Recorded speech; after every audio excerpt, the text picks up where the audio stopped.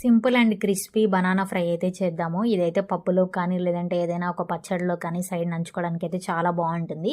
First అయితే అరటికాయకి పైన peel తీసుకోవాలన్నమాట.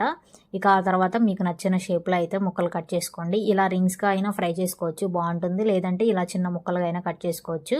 ఇక అలా ముక్కలు కట్ చేసిన తర్వాత అయితే పసుపు కలిపిన వాటర్లో అయితే ముక్కల్ని ఉంచుకోవాలి. ఇక ఆ తర్వాత మనం ప్యాన్ పెట్టుకొని లైట్గా ఆయిల్ అయితే వేసుకొని మీకు నచ్చిందంటే ఉల్లిపాయ వేసుకోండి, లేదంటే లేదనమాట. డైరెక్ట్గా అరటికాయ ముక్కలు వేసుకొని అయినా ఫ్రై చేసుకోవచ్చు.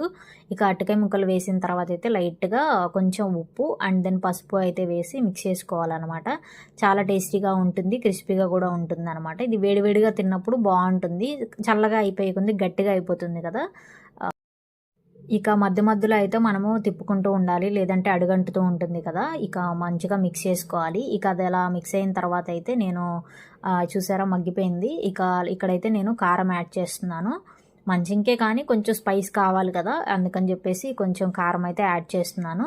ఇక ఆ తర్వాత అయితే నేను ఫ్రెష్గా దంచిన వెల్లుల్లి యాడ్ చేస్తున్నానండి. ఇది మీరు ఏదైనా ఫ్రై ఐటమ్స్ చేస్తున్నప్పుడైతే ఇది కొంచెం ఇట్లా ట్రై చేయండి, బాగుంటుంది. ఫ్రెష్గా దంచిన వెల్లుల్లి వేస్తాము కదా, అది నేను ఆల్రెడీ కారంలో వెల్లుల్లి ఉంటుంది, బట్ ఇలా ఫ్రెష్గా వేసింది అయితే ఇంకొంచెం ఫ్లేవర్ ఎన్హాన్స్ అవుతుంది అనమాట.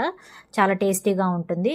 ఇక ఆ తర్వాత అయితే నేను కొబ్బరి చిన్నులపై వేసినటువంటి పౌడర్ అయితే యాడ్ చేస్తున్నాను. దీనివల్ల కొంచెం అన్నంలో కలుపుకోవాలన్నా కానీ చాలా బాగుంటుంది. ఈ వీడియో నచ్చితే సబ్స్క్రైబ్